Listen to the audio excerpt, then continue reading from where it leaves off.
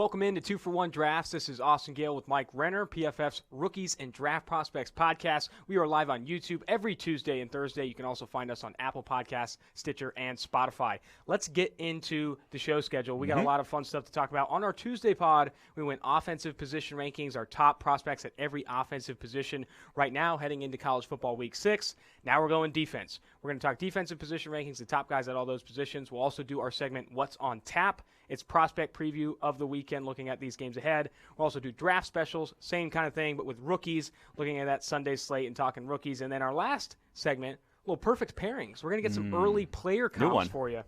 Early player comps for you. Mike's got a couple. I got a couple. Should be some good fun.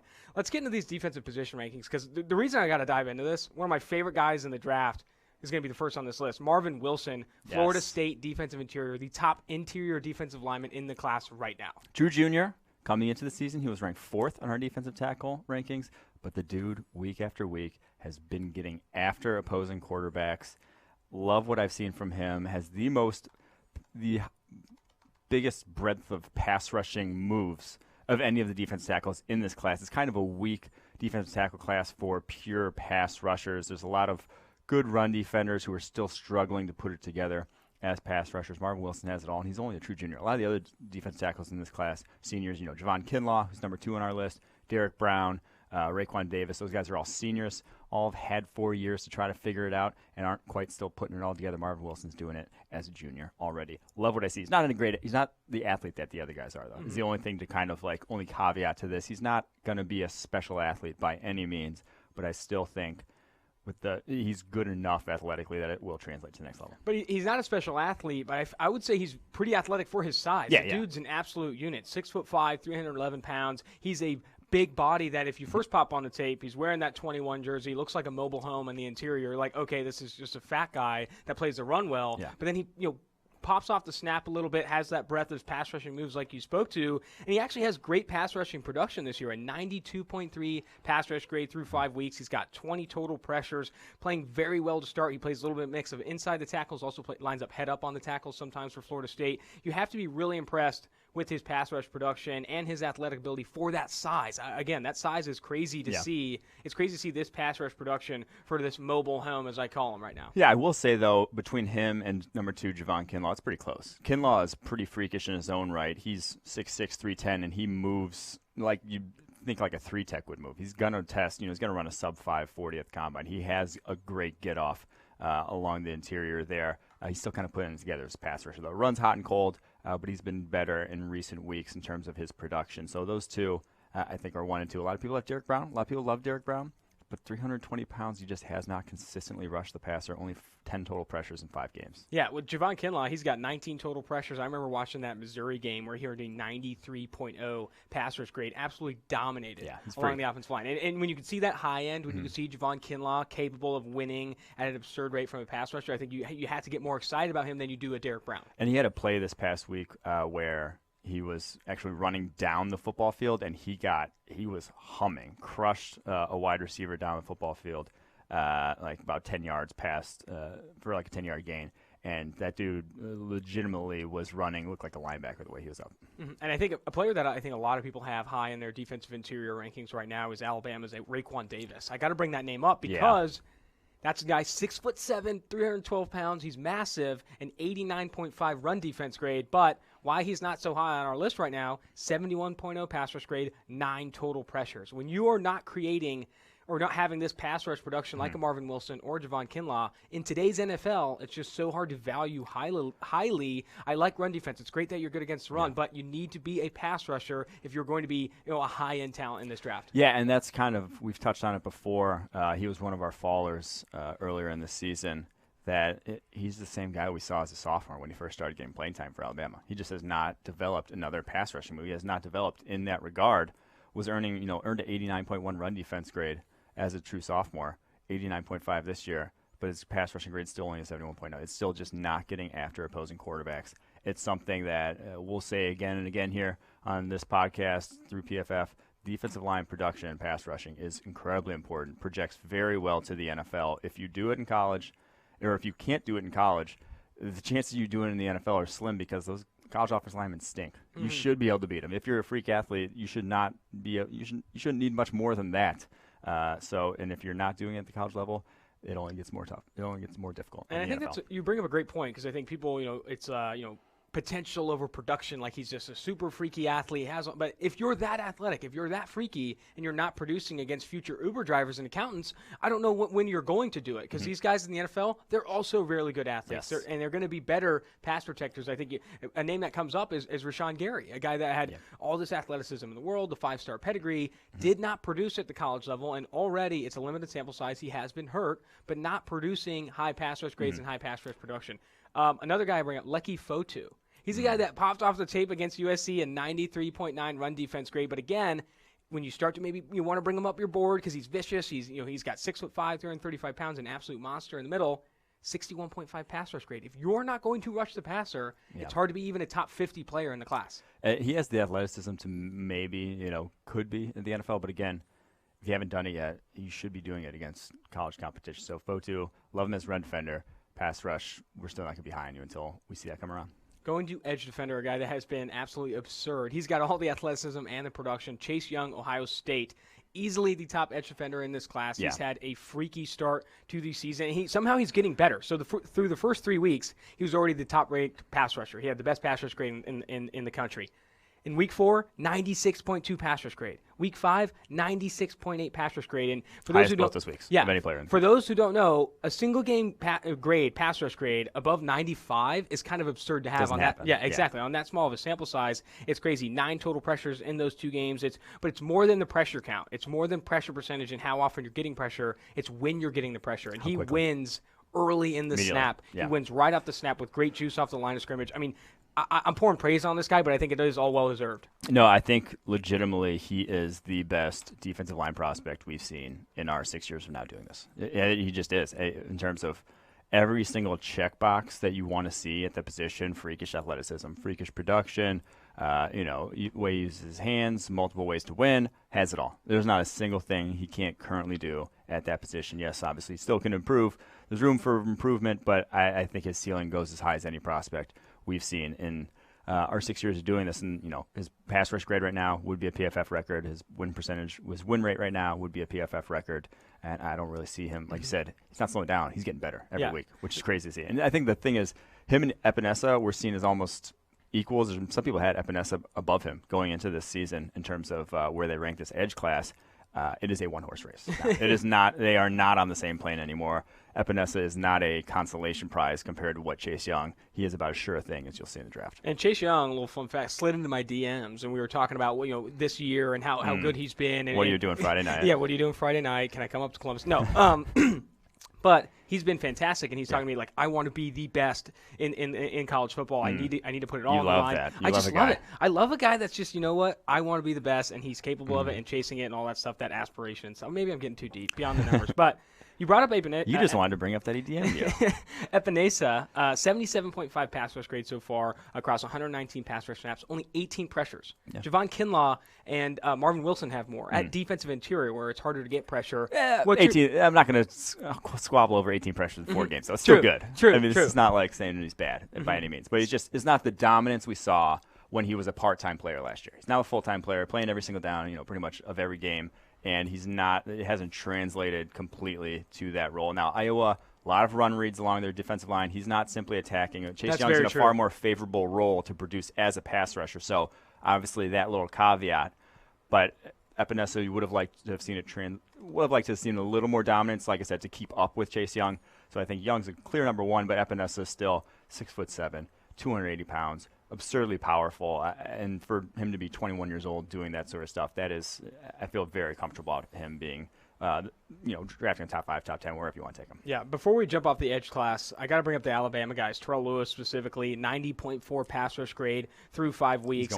He's also got 15 total pressures. You can't get off on that. I think Ole Miss, 4 total pressures. He's doing at South Carolina, 5 total pressures. He's doing it against Power 5 competition. I know Alabama plays a few cupcakes to start, but when you're doing it against Power 5 tackles, I think this is good for him, and he needs to stay healthy, and I think he needs to continue to progress because the ceiling is definitely there for this kid because he has that a little bit more twitch than his counterpart, Anthony Jennings, and I think with that being said, 6'5", 252 pounds, you got that athletic profile too. I'm starting to get excited. Well, I think a lot of people came into this year and said, oh, it's a weak edge class, top 2, and then don't really have a lot of other first-round type of talents.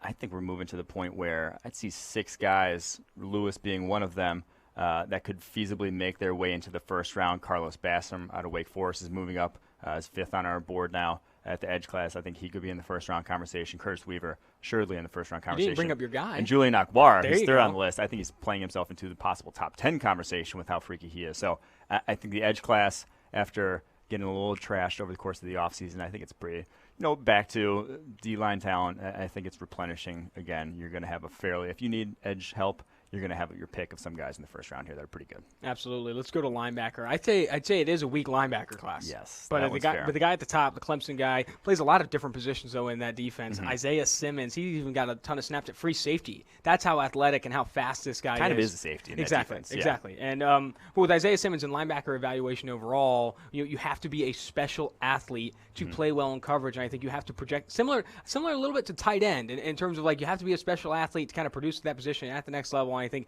Isaiah Simmons is exactly that, a very good athlete. Yeah, this one's there's Isaiah Simmons up here at the top, top 5, top 10 sort of player in the class, and then you have it's kind of like last year where there's 2 at the top, but there's only 1 at the top this year because Dylan Moses tore his ACL. I don't really see any guy in the first round conversation whatsoever right now. I like Willie Gay. He's the number 2 linebacker on our board, Mississippi State linebacker, but he's only played 1 game this year. Got suspended for a game after that 1 game for violating team rules. So little red flag there for him, but he's freakishly fast. I love his coverage ability, but I'm not sure he's even going to declare with all the stuff that's going on with him this season as a true junior. So after Isaiah Simmons, the linebacking class this year, pretty rough. But Simmons you need a linebacker, go get him. He can do anything in your defense except for maybe necessarily play the run, but we don't really care about that. Yeah. Well, I got to bring up another guy that I feel like people are liking, Northwestern Patty Fisher. 6'4", 241 pounds, a little bit longer than some of these traditional off-ball linebackers that people fall in love with, the Ben Boulwares of the world, where people are like, oh, I love this guy. He's got the face paint down, all that stuff. But this guy, 83.1 coverage grade, but it's a lot of it came from 1 game against UNLV, has struggled in run defense. And when you're that kind of linebacker that maybe doesn't have that ceiling as an athlete, and you're struggling against the run.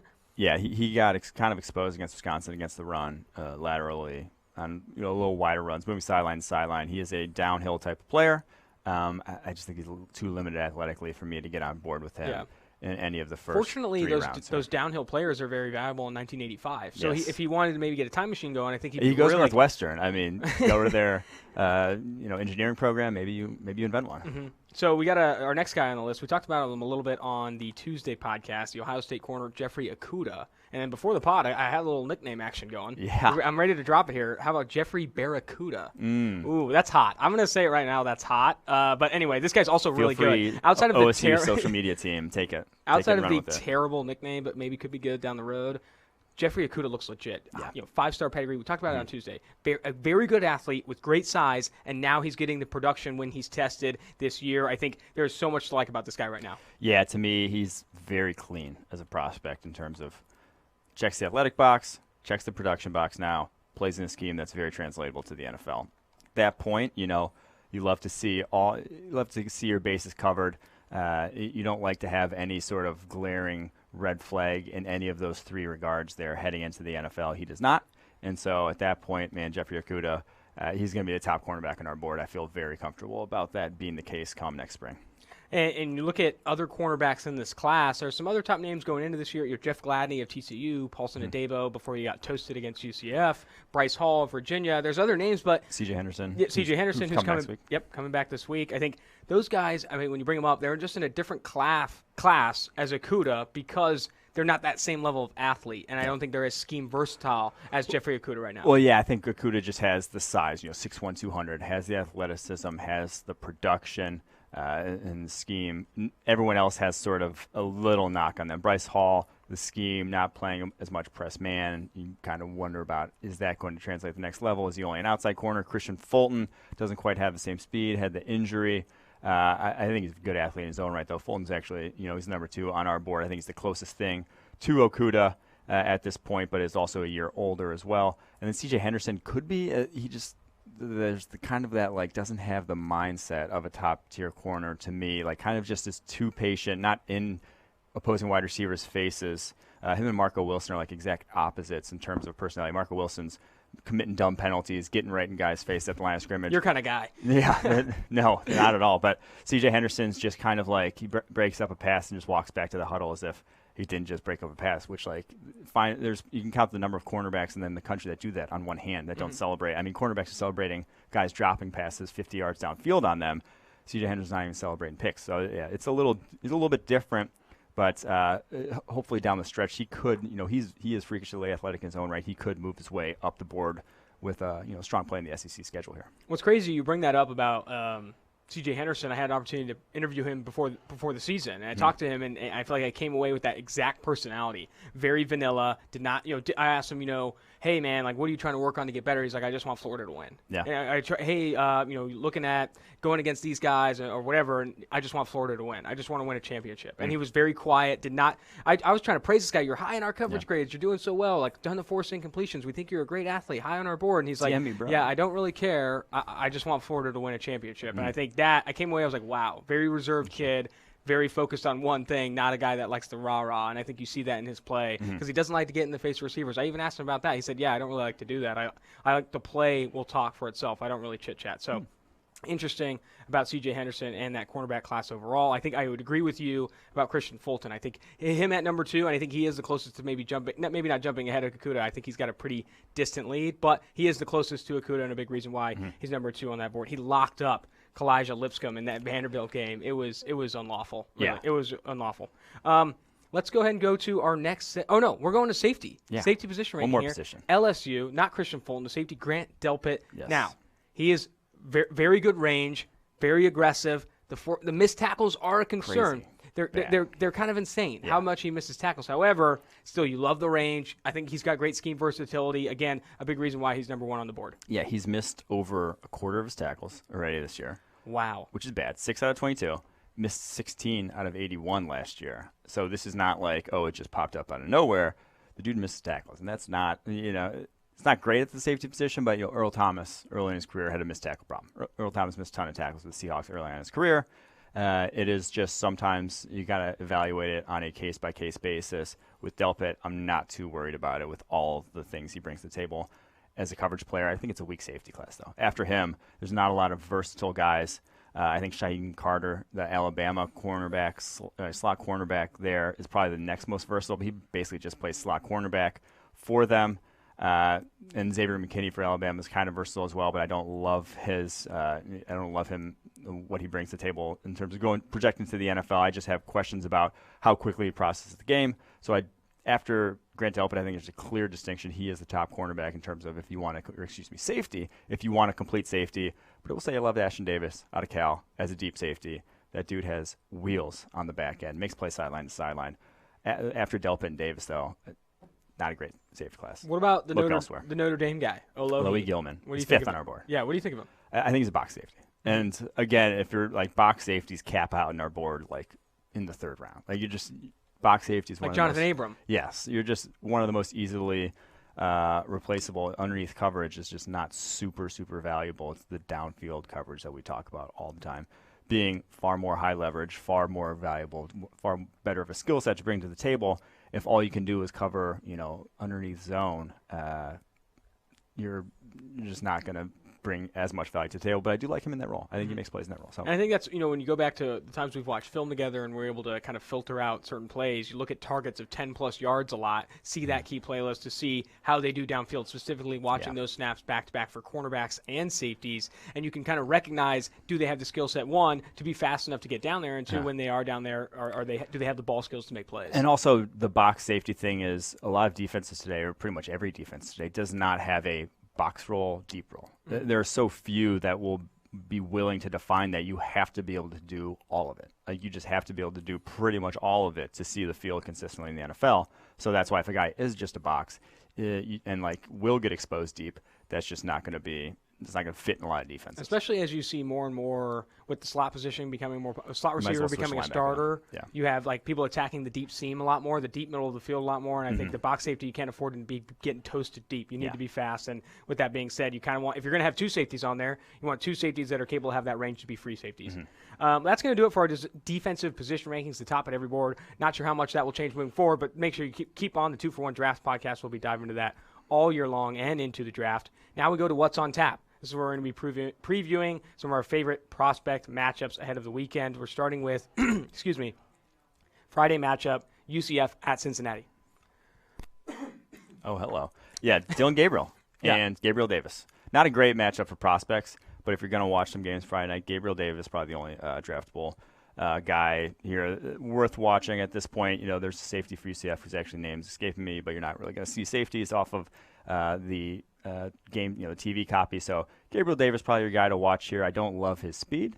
Rounds off his routes a little bit too much for my liking, and has only gone 4 of 11 contested catches, so I'm pretty much just trashing him right now, but he has been productive for UCF here. No, for Gabriel Davis, I watched because he did have that play where he beat a Dabo on the double move, and I think you saw that like top speed. I think what I put in my notes here is that, wow, you get really impressed with some of this deep stuff. I think he beat Pitt at the line of scrimmage a couple times playing that press, and I think what I want to see more is more routes. I want to see him run more than just a 9 and run some other routes. I think he ran a very, not just a vertical route tree, but a pretty straight route tree in terms of him just running down the sideline. Yeah, when he did run digs, that's what I was saying. It looked pretty rough. And what I found interesting, too, with UCF's offense, they run a ton of wide splits where these guys are running like right on the sideline. I don't know. It was interesting to see them stay on that sideline and run those deep goes. Another thing, too, Cincinnati, according to PFF's ELO rankings run by George Tahuri and Eric, Cincinnati's 6th best defense in the country right now. Luke Fickell. Changing the culture in town here. Absolutely. So that should be a good game. I mean, if you're Friday, you don't have the bevies, you're just watching some games at home. I feel like if you do have the bevies, it should be a good time.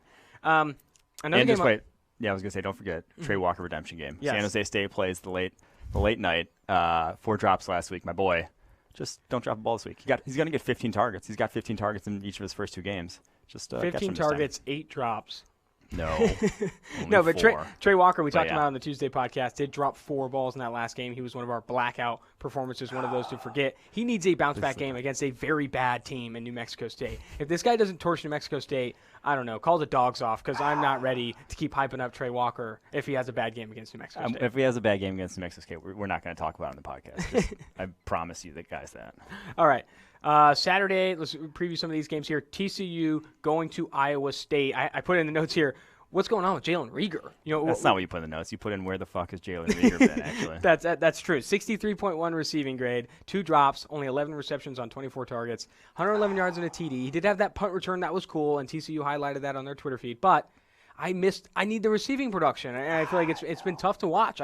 And now I'm starting to think, does this guy return? But does he even come out this year? I think he needs more production if he's going to be highly valued in this draft. Yeah, production still has some it still matters, I think, at the receiver position, but I think he's already almost shown that production. Like, he's already shown as a 19, 20-year-old that he went over 1,000 yards in a terrible situation there in TCU with the quarterbacks. He has been missed 3 times when he's been wide open this season down the football field. Would have been probably 150 plus more yards added to him and 3 more touchdowns if he got hit on those throws. So he can get open down the football field. So I don't necessarily worry about that, but the biggest thing for me is he's 0-4 in contested catch situations. Has gotten muscled out of it at the catch point, like I said, 4 times in 4 different situations here. So that's the biggest concern for me, because I thought from last year he went 14 of 29 in those situations. 14 contested catches is a good number. I thought he could sustain that at the next level, but if you're going to be undersized, 5'11", 195, and not physical at the catch point, you're going to move down the board a little bit, because it's a stacked wide receiver class. Not saying it's bad by any means, but you're just not going to be above guys like Laviska Shenault. You're not going to be above these freaks like T. Higgins who are getting it done on a week-to-week basis. So drop down from 2nd to 3rd in our wide receiver rankings from preseason. Could be going farther if the production doesn't step up sometime soon here. Yeah, and I feel like you bring up a great point. If you watch the 2018 film, you find out quickly that he can create separation, has great speed, can do stuff after the catch. This year, a big reason why his receiving grade is down most likely is because of those contested catch situations. When you're not winning those, you're going to get downgraded in PFF system, and I think that's where he needs to prove himself. I think you'd like to see the quarterback hit him so the box score looks a little bit nicer, but at the same time, PFF's advanced stats, you're going to see with the contested catch ability, when you're missing those opportunities, things aren't going great. Okay, in the notes here, you want to bring up what exactly I wrote in the notes. Alert emoji, Jordan Love versus LSU, Joe Burrow, alert emoji. Yes. I'm ready to talk this game. I am excited to see two good quarterbacks. Top 5 QBs. Now, one sort of who they're facing. One's matchup is a little more difficult than the other's matchup. One's going up against probably the best secondary in college football, Jordan Love. One's going up against Utah State in Joe Burrow, which is pretty much par for the course with some of the defenses he's faced so far this year. So Burrow, he goes off, whatever. I think they're favored expected. by like 34 points. Yeah, so. like that's expected. He might not play the second half in this one. But Jordan Love, hopefully the first team defense for LSU stays out there for at least 3 quarters, and you get to see him against Derek Stingley, Christian Fulton, Grant Delpit. Tough windows. Gonna be a big game for him, though. I want to see 2 big things. I want to see him, avoid sacks because it's not going to be easy. He's done that extremely well, against some bad competition that Utah State's faced this year. And, in the past, that's been his calling card, good pocket presence. Can he do it when it's about as bad as it gets? Like we saw from Daniel Jones last year. When you have about as bad a situation as it gets and there's really no one open, are you still avoiding sacks? I want to see that. And then I just want to see decisions with football. There's been way too many turnover-worthy plays this year. 10, I think. Do not throw it to LSU. After that, do not throw it to LSU. It's going to be a great for Joe Burrow. Great evaluation. This is a guy that's rising up your board too. I mean, he's not going to be able to show a ton here, but if there is something you're watching for Joe Burrow, what do you want to see from him? Just domination against a bad defense. Basically, keep playing the way he's playing. Like there's if you just keep this up to the entire season, then shit, like it's a no-brainer. He's the number 1 quarterback in this class. So just keep status quo at this point with him. There you go. Let's go to Iowa and Michigan. And we highlight a lot of defensive linemen for Michigan right now. They've earned very high grades. Josh Uche, 91.2. Quiddy Pay, 86.5. Mike Dana, 81.5. Is that how you pronounce it? I have no goddamn clue. Quiddy Pay? I don't know. I said it and it sounded weird. I was like, I don't watch games with like the volume on most of the time because announcers like they're just rough. So Kwittypaye. There you go. Quiddy Pie. Quiddy Paye? No, I'm done. Okay. Anyway, those you guys know what we're talking about at this point. These defensive linemen are grading really well, but largely because Michigan has gone against some really bad teams. Yes, and we've said that on previous podcasts. Going against Iowa, they got Tristan Wirfs, 89.3 grade this year. I think this is a good test, finally a good test to see who's in and who's not for this Michigan D. And Alaric Jackson is coming back, and that's actually the one I'm maybe most intrigued about in this entire matchup. I feel good about Wirfs winning his side. We have him as number 1 tackle. Yeah, we have him as number 1 tackle. If he does lose, hey, we'll reassess. But Alaric Jackson, I was very low on coming into the season. People were rumoring him as a first-rounder. He gets hurt 15 snaps in against Miami of Ohio week 1. Hasn't played since. He's coming back for this game. And so, yes, maybe if he does get his butt whooped, it's sort of, he was just returning from injury, he's still hurt, whatever. But I do think there's questions to me about his foot speed. I don't think he fits the athletic profile of what I'd like to see for an early, first, second, third round tackle in the NFL. So I think we had him as a 5th preseason, 5th round type of player. Need to see him against a guy like Josh Uche, who's a little undersized, 249, is listed at 6'2", 249, twitchy, quick, has a nice little inside move, has beat guards this season. So this is a nice test for Uche, nice test for Alaric Jackson. Hopefully, Tristan Wirfs, business as usual. Should be a good game in Ann Arbor. Let's go to Auburn versus Florida. I think Auburn favored by 3 points in this one. Going to Florida, you got Jonathan Greenard and Jabari Zuniga. Yes. Zuniga is supposed to come back from injury for this game, and they're going against Prince, your guy from Auburn. Not your guy, but a guy that's supposed to be kind of taking this next step, and then kind of has struggled out of the gate. But a very good offensive tackle, and I think a test for these Florida edge defenders. Well, and Jack Driscoll, the UMass transfer, who's that right tackle, That's right. Actually before the season I had Tagovailoa hire. We've talked about before why I thought that. He had not played offensive line until he got to Auburn. Saw this great progression from him through 3 years. Kind of took a step backwards this year. His foot speed, not great, athletically limited. Driscoll, on the other hand, not so much. I thought he was didn't quite have the play strength, but apparently he was hurt last year, playing through injury all of 2018. Now in 2019, a lunch pail guy. Has only allowed 2 pressures, and he has been very good this season. They're much closer in my eyes right now than they were going into this year. And so Driscoll will probably see a lot of Greenard. Tagovailoa see a lot of Zuniga. great matchup. Zuniga and Green are both 90-plus pass rushing grades on the season. This is probably, in terms of just like draft talent, this one is a great matchup to watch there in the trenches. That should be exciting. I think with Greenard and Zuniga, we've both been kind of saying for a couple podcasts now, let's see them against some top competition and dominate. And I think this will be an opportunity to see that with Auburn. Another guy that's coming back, a guy we talked about earlier in the podcast, C.J. Henderson. He should have an opportunity against a good Auburn offense.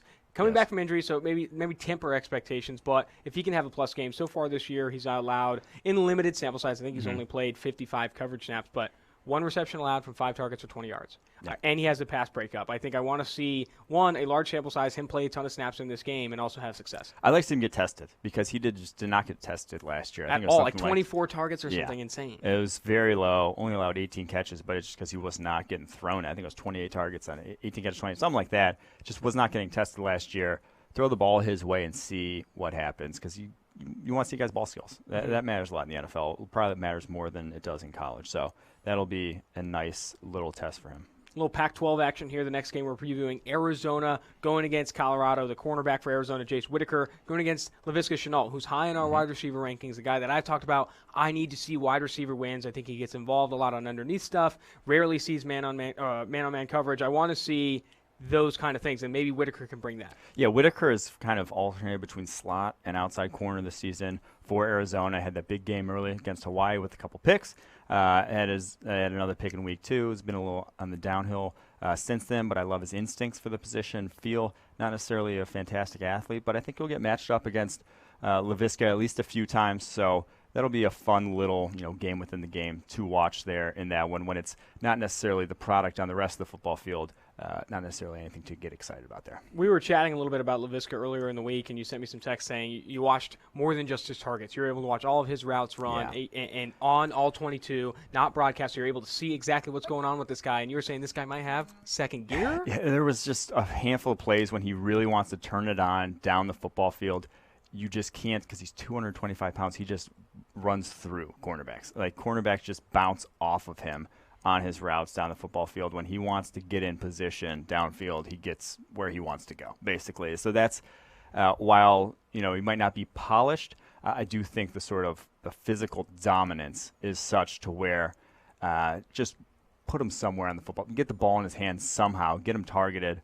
And I think I'm still high on him, even though we really haven't seen the sort of tick boxes checked that you'd like to see checked from the position. I think with him, too, he's going to be an interesting combine watch, seeing what this guy can put up at the combine, see if he's a freaky athlete with the size he does have. I think he's an interesting athletic profile. Let's go. Michigan State going to Ohio State. I think this one's going to be a blowout. I think Ohio State winning this one pretty handily, but there are some prospects to watch. I want to talk a little bit about Darrell Stewart Jr. He's a guy that's graded really, really well in our system right now, and I had an opportunity to watch him a little bit, pay close attention to his targets. I think with him, he had a nice rep earlier in the week, earlier in the season. Nice move off the line of scrimmage, a little double move against Indiana. And then after that, I think dominated Western Michigan, super shifty. An interesting frame. I put that in here. He kind of has like this weird kind of rocky running back frame. I don't know. It's an interesting frame to where you're kind of surprised to see him play in the slot. And then you add in the fact that I think he wears, number 25?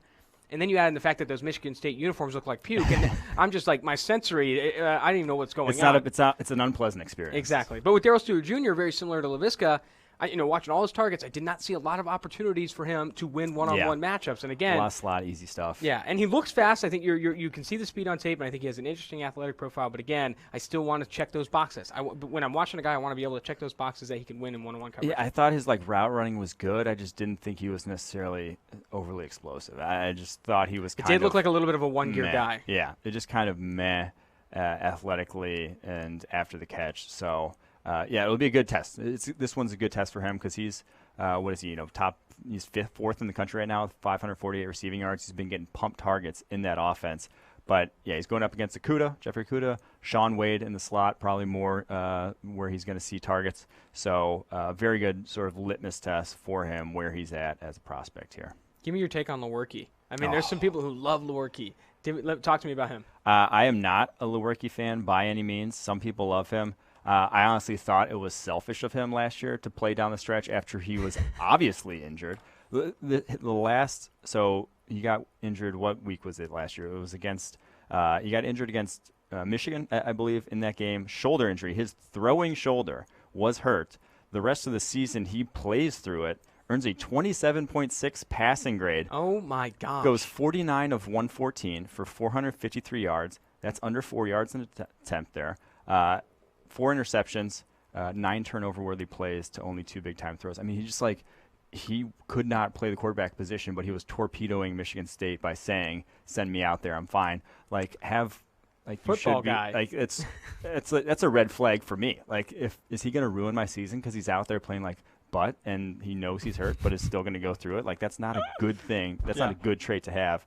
So even before that though, he's a guy who I can see why you could fall in love with him because he throws with anticipation. He'll make that sort of deep out, throw it perfectly on time and hit it, but then he'll just miss so many guys, and his decision making's all over the map. So we're not fans of him by any means. Any other guys in this matchup you want to bring up?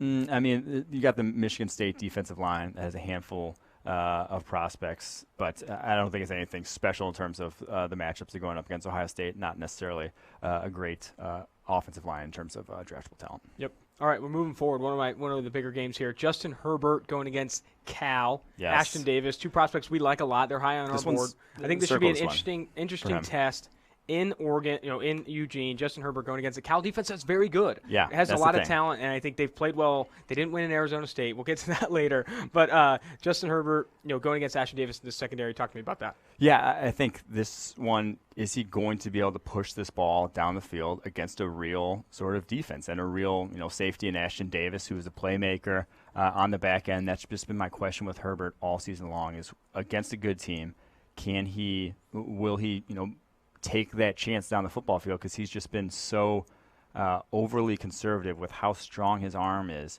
He should be able to fit it into tight windows against bad corners, bad safeties that you see in college. But consistently, anytime he faces a halfway decent defense, just turns into a turtle, throws the ball 5 yards down the football field every single time without taking those chances. Doesn't want to take that chance down the football field and plays losing football. And I think that's just why they've lost their big games. And I think this Cal defense is good enough to turn Herbert into a turtle if they do go down early and he starts to make mistakes. I want to bring up some of Ashton Davis's production. So far this year, a 72.2 coverage grade. Good, not great. He has 6 missed tackles, which is a little bit of a concern. You'd like to see a little bit more efficiency there. And from a target standpoint, 6 receptions allowed from 12 targets for 107 yards. No touchdowns. The longest play he's allowed is 18 yards, which I feel like I always like to see for the safety position. When you're not allowing those deep plays, you have to think about not all targets are created equal. When you're targeted, 40, 50-plus yards down the field, you got to make sure you're not giving up those big plays. And he does have 2 passes defensed on the year. He earned an 89.3 coverage grade a year ago. He's a guy that we love, the tools, very, very fast, former high hurdler or whatever it may be. You'd like to see the football production. Now, he needs to be a football player, too, in order to kind of really get behind this guy. Yeah. Guy we got to bring up. No. In this matchup. Evan Weaver going against this Oregon offense where he's going to be tested because a fifth of Herbert's attempts this year have been screens. So he's going to have to play laterally, attack running backs, come downhill. Questions about his athleticism and coverage ability. This will be a nice test for him because he'll have to cover a lot of ground in this one against Oregon's offense. And he's coming off a game where he's a little upset. He's on tilt, okay? Yeah. Coming off that loss against Arizona State, he was with a guy that they brought in, not unfortunately, but he had to get brought in after the loss for the press conference. And we got a little clip we're going to play for the podcast. You're not going to be able to see it if you are watching on YouTube Live, but we got to play this clip. He is so upset. I got to preview the clip a little bit. So upset. His face looks so upset with everyone there, and the way his responses to these first 2 questions of the press conference are absolutely. His face is scarlet. It is a bright, glowing red. He looks like, and I encourage you to Google it, he looks like he's ready to chew the mic off and punch this guy in the face who I think works for Cal. But I'm going to go ahead and play the clip for you. Evan, your coach was just in here, and I don't remember seeing him quite as unhappy as he was tonight. Can you evaluate how you think you guys played on defense? Horrible. Didn't play good. They all played us, out-schemed us. We just got to make plays. We didn't make them. Why do you think that would happen tonight? I don't know. You watch the game, you tell me. You watch the game. Anytime you're trying to roast a reporter, never a good look. No, it's not. You're never going to get the benefit of the doubt in that situation. But I love the answer. It's so amazing. He's such a football guy. We've talked about him a little bit being this football guy. We watched the full press conference, which I encourage you to watch. And I feel like this entire time you get some defensive leaders in a press conference that, kind of like, we had a terrible game, we played bad defensively, and I'm taking ownership. This is me. This is our fault. We need to get these guys better. This guy looks like he's pissed at all 10 other players that were on that field, and he brings that up later in the press conference. And at the very end, after just an awful, sad, angry press conference, the final question goes, and he's getting off the mic. He says, "Go Bears!" It's the best thing in the world. I'm definitely going to record that. Sorry, a little Skype came through, but definitely going to have to clip that "Go Bears" and move forward off that. Evan Weaver, to talk about him as a prospect, after just kind of talking about him as this person, stout. He's graded well in PFF system. He's stout like this. Usually a good tackle. Yeah, usually missed 3. He did miss 3 tackles in that Arizona State game. He's missed a handful this year. I think it's important to understand that he just doesn't have the athletic profile and size. He kind of projected the next level to be a good off-ball linebacker in the NFL. He just does not have the tools to do so. I think he's only 235 pounds, has struggled a bit in coverage this year. It's hard to project him having success as a coverage linebacker at the next level. Yeah, we don't necessarily love him as a prospect. That's all I'll say. I'll just leave it at that. He can change our mind, but I don't think he has the athletic profile for a linebacker position. All right, well, that's going to do it. Enjoyed that. And then we're going to go draft specials where we preview the rookies from this one, and we're going to talk about first guy, A.J. Brown. We talked about him on Tuesday, and now he's going against a very good Buffalo Bills defense. Micah Hyde, one of the highest-graded safeties. He made our first quarter All-Pro team. Tre'Davious White in this lineup. I think this Bills defense is very good. I think it's a huge test for Marcus Mariota, but let's not get into that. A.J. Brown, biggest thing I want to see for this guy, targets. Get him on the football field, yes. Get him. Tajay Sharp has more snaps than him. Tajay Sharp is out-snapping A.J. Brown right now. It's absurd. He needs to play the game, and then you need to throw him the football. He's arguably your best skill player right now. I'll say that above Derrick Henry in terms of what he can do from an EPA per play standpoint, EPA per target. He's going to offer you the most the most efficient per play standpoint.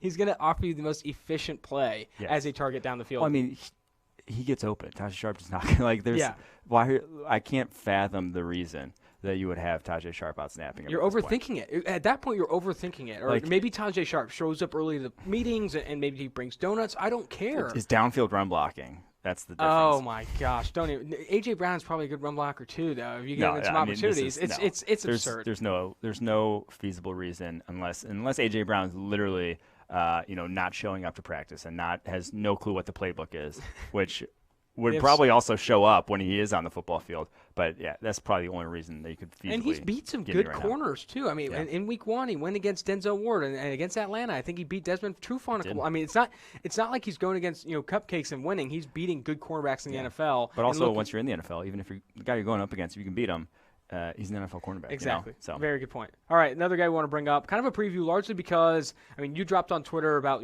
pass rush win rate for rookies right now. Oakland Raiders. Almost wish I had. Yeah, Oakland Raiders faithful, very upset that Clelin Ferrell is ranking where he is right now. Bottom line is, move the numbers out of the way. He is not producing. Regardless of where he's lining up right now, he is not producing as a pass rusher, struggling, very similar to maybe how we expected him to struggle. We did not have him top 5 on our board. We did not have him top 20 on our board. He goes a little bit higher because I heard he's a really nice guy, very high character, and that high character is not producing sacks or pressures on the field. And now he's going to London, going to hang out with those guys, and play a Chicago Bears offensive line that I think is underrated. I think they have some good top tackle talent. Yeah. If Clelin Ferrell continues to play as badly as he's had through week 5, you're going to start to get concerned about having this guy on the field. Yeah, lowest pass rushing win rate of any player with 100-plus pass rushes, any edge defender with 100-plus pass rushes. And That's absurd. You can miss me with the he kicks, he plays all over excuse because only 66 of his 218 snaps have come inside. Like, that is a very basic split. That's not like J.J. Watt who goes about 50-50 or even a Michael Bennett. That is like a guy who kicks inside on third down. That's a quarter of his snaps. That's, 1 down. Yeah. So it's very much not been the case for him. And if he does kick inside, it's because they think he can win inside and should be, getting better matchups there, and you want to get more edge guys on the field. And if, you drafted him top 5 because maybe you like that versatility, but it's not translated to the football field. So needs it against the Bears, but the Bears have, fairly good offensive line. So this is, it's just been a bad start for Clelin Ferrell, and especially when you consider the fact that Josh Allen, Brian Burns starting like a house on fire. And they were both available at number 4. I mean, yeah.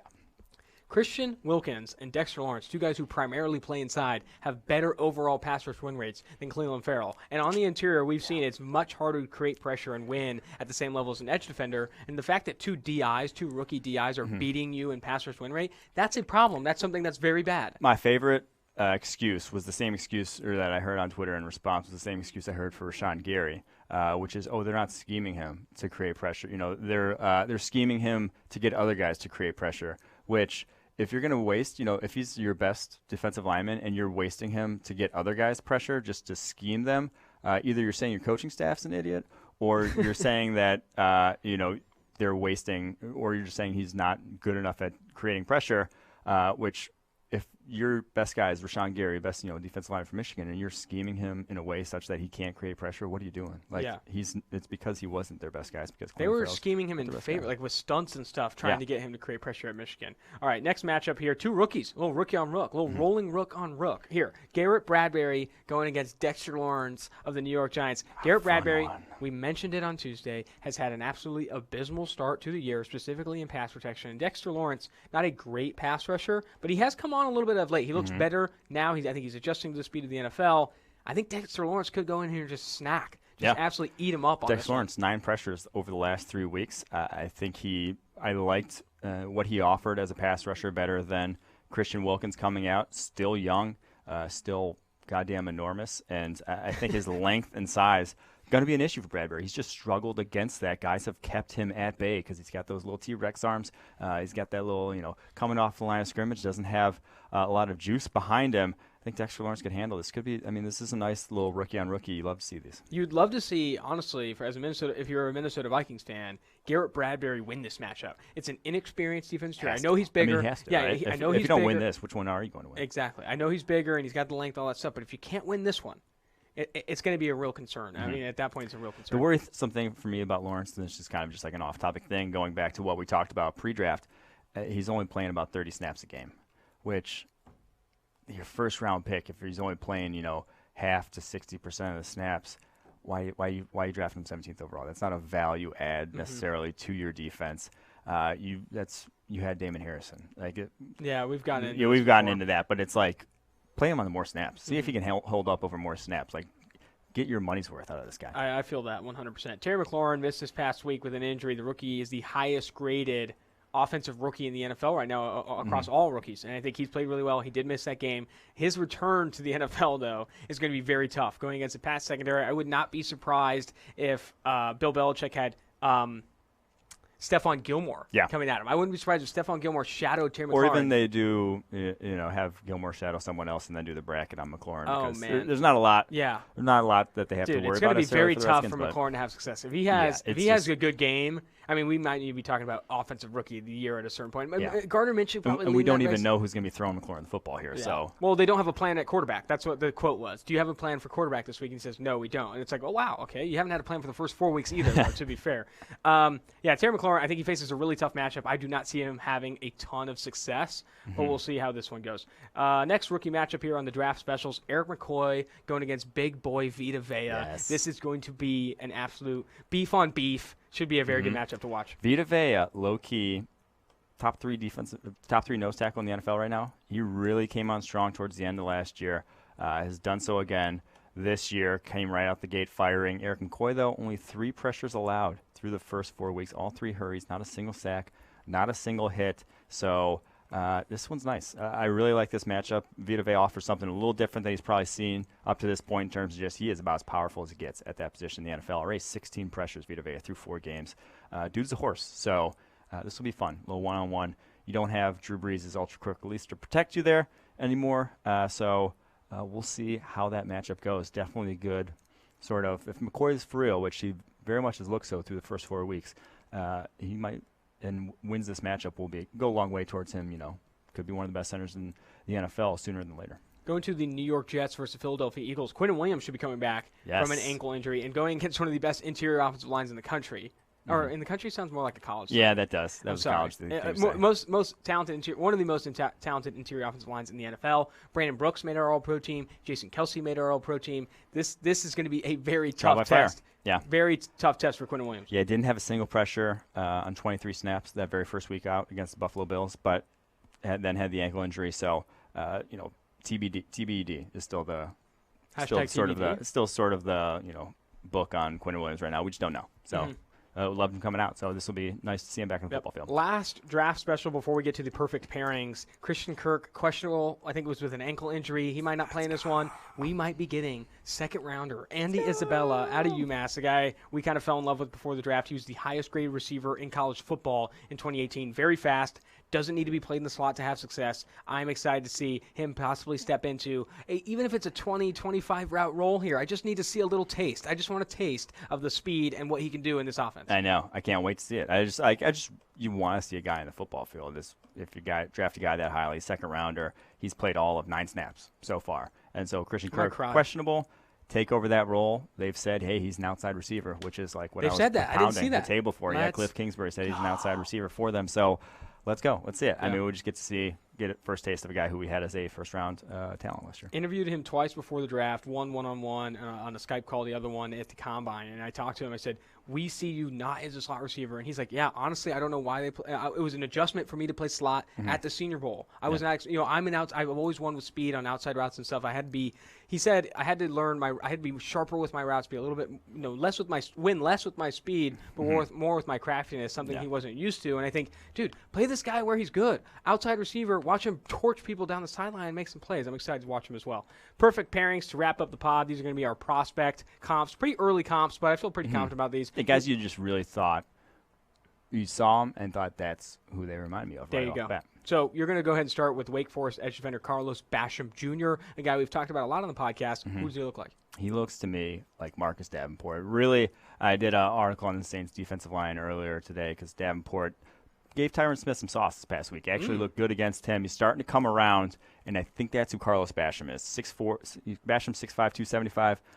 Davenport was 6'6", 265 coming out. Similar size in that realm of just ridiculously explosive, ridiculously straight line, but at that size, at that explosiveness, you just the bull rush will come at some point, and they're flexible enough. Like they've shown it enough to where it's just gonna happen. The light switch will flip at some point. When it does, I don't know, but it seems like it's happening for Davenport here in year 2. Basham, it's finally happened now his senior year here at Wake Forest. So hopefully that's where I kind of see him prospect-wise is that. That's a good comp. I like that. I'm going to go my guy here, Michael Pittman Jr. of USC, comping him to, he's 6'4", 220 pounds, comping him to Mike Williams, the Los Angeles Chargers receiver now. I think very similar size. I think they win in similar ways. He's he's a big receiver, but more sudden than other big receivers. He's not like a Kelvin Benjamin big, where he's just like lumbering down the field. Should probably play tight end, if not the XFL. And with Michael Pittman Jr., way more sudden, can actually create separation. But he's also physical, and we talked about that a little bit. He's physical, can win at the catch point, good contested catch. He also adjusts to the ball very well. I think Michael Pittman, Mike Williams, they look very similar. Yeah, and I think both are of the physical dominance to where you think it could keep going at the next level. Like we always talk about separation's king, the whatever. You can't just rely on contested catches, but when you are 6'5", 225, when you are just a monster and are so much bigger than the cornerbacks you're going up against, you can't start to rely on the guys. When they have good ball skills and when they are going to get their body to the ball before the defender, you can start to rely on that. That can be a piece to your offense. It can have value still. So I think both, that's why we liked Mike Williams coming out. That's why I think Michael Pittman, the comp, I'm not going to say I hate it. I'm going to say it's there we go. Okay, I'll take that. It's a perfect I think pairing. for that comp, too, I think I need to see Michael Pittman Jr. when he goes to the combine run under like a 4.55. Super fast himself. What was he, like a 4.6 or so coming out? Yeah, don't know off the top of my head. But I think I want to see him get under that 4.55 mark, so you can kind of project him as more of a sudden, bigger receiver, better, a little bit faster. Your next comp, Bryce Hall, University of Virginia cornerback. We talked about him a little bit earlier in the podcast. Who does he look like? He reminds me of Byron Maxwell in that you play him in a Seattle cover 3 defense, let him run up the silo, money. Like, he will shut that roll down. He will get PBUs. He'll look like an all-pro when he's guarding Antonio Brown that one time when he was with the Dolphins, when that was all he was doing.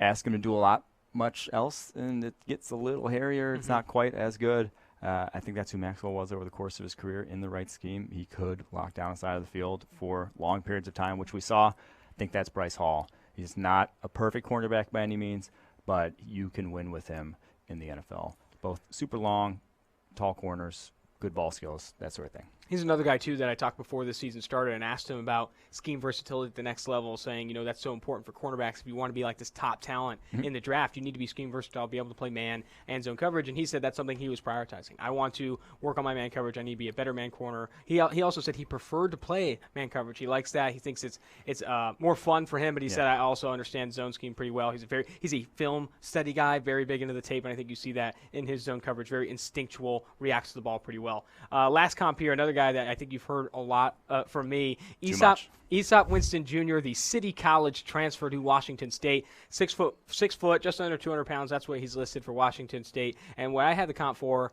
and I think this is like an ideal comp for him. If he could get to this level, I think he has the ability to get to this level. Robert Woods of the Los Angeles Rams. He looks a lot like Robert Woods. Very similar frame. I think they're similar athletically. I'd like to see him get down to 4.5 flat, maybe a little bit underneath. But I think with Robert Woods, if he wants to have production of Robert Woods and play like Robert Woods, I want to see a little bit more polish in his route running. I think it's good right now, but to get to Robert Woods' level and have that kind of production, it needs to improve a little bit. I think they do look similar, though, in how they're built and kind of how they play. Okay, I'm just going to ignore that because we talked about Aesop enough, but I just want to talk about his name is Aesop, and then he's Junior. Where does that name – like Aesop, I don't think there's ever been another Aesop in the history of mankind. His dad's got to be Aesop. But that's what I'm saying. But his dad is also – did they mean Aesop and spell it wrong? Like E-A-S-O-P. Why would they mean Aesop? I've never even heard Aesop. Because Aesop's the only thing that's close to Aesop, like Aesop's Fables. But I've never heard of Aesop's Fables. Okay, well, I've never heard of Maybe Aesop I'm pronouncing either. it wrong. Maybe it's Aesop. No, it's maybe it is Aesop. But go Google E-A-S-O-P. Literally not another thing comes up and it says, do you mean Aesop? Wow. So now Aesop. might as well just trash him as a prospect. I've been pronouncing his name wrong probably this entire time. No, I'm saying Aesop is spelled A-E-S-O-P. His name is maybe spelled they flipped him on That's what I'm saying. Oh, twice in a row though. You got the dad. You got the dad there, and then it's the junior. Don't fuck it up the second now. Well, that's gonna do it for our perfect pairings. Definitely excited to do more of those segments moving forward, and that's gonna do it for the podcast. This has been Austin Gayle and Mike Renner for 2-for-1 Drafts. Make sure to follow us. Subscribe to our channels, Spotify, Apple, and Stitcher, and you're also going to be able to find us on YouTube Live Tuesdays and Thursdays.